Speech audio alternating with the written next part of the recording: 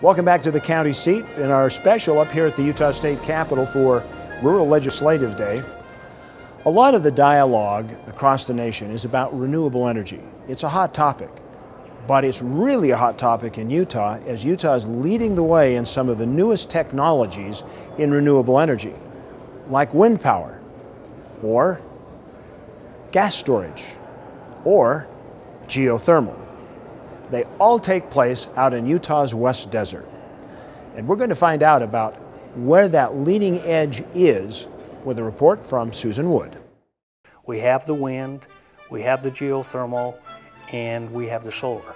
We're kind of proud of the fact that we are being recognized as a county that can develop green resources. Who would have known that rural Millard and Beaver counties and the little town of Milford would become a western hub for renewable energy? We're one of the most technologically advanced valleys in the world. We have an array of renewable energies assembled nowhere else in this close of proximity. As schoolteacher Adam Swap grew up in the area, he often wondered how to harness the wind. Today, within a 50-mile radius, there is a wind farm, hydropower plants, solar energy production, and a geothermal plant. And work is underway to use huge underground salt caverns to create energy storage for natural gas and compressed air. Each one of the caverns can hold 13 billion cubic feet, and that's enough to power about 500,000 homes over the course of a year. Also stemming from within that radius, a giant transmission line that runs straight to California.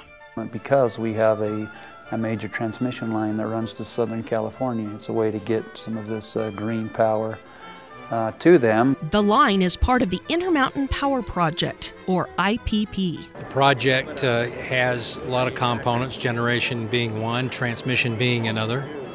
Because we're such a large transmission component in our company, we afford opportunities for others in the area to access markets out in California through our project. Like I say, the infrastructure for the power line going to California is a great asset for us because it offers a way for us to get our power, to people that are being mandated by their legislative people to, go green. Here in the West Desert, a symphony of sources combines to create a powerful and consistent energy hub. The renewable sources supplement the traditional. There's coal, there's natural gas, there's wind, there's solar, there's geothermal, and as far as creating new opportunities for the state and economic development, that area sort of represents a nice synergy of all the resources. We have an array of renewable energies assembled nowhere else in this close of proximity. We probably produce more green energy in this jurisdiction than anything we've ever studied.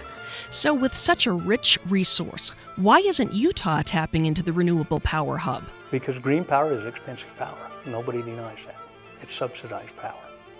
But that's a trend that's expected to change. Technology is advancing at a tremendous rate in all phases of renewables. It's bringing the cost of the development down, and therefore it's bringing the cost of the power production down as well. And while power flows from rural Utah to one of the most populated areas of the country, perhaps the area's most valuable resource isn't exported out. A lot of times families in the rural areas have to export their most important product, which are their children.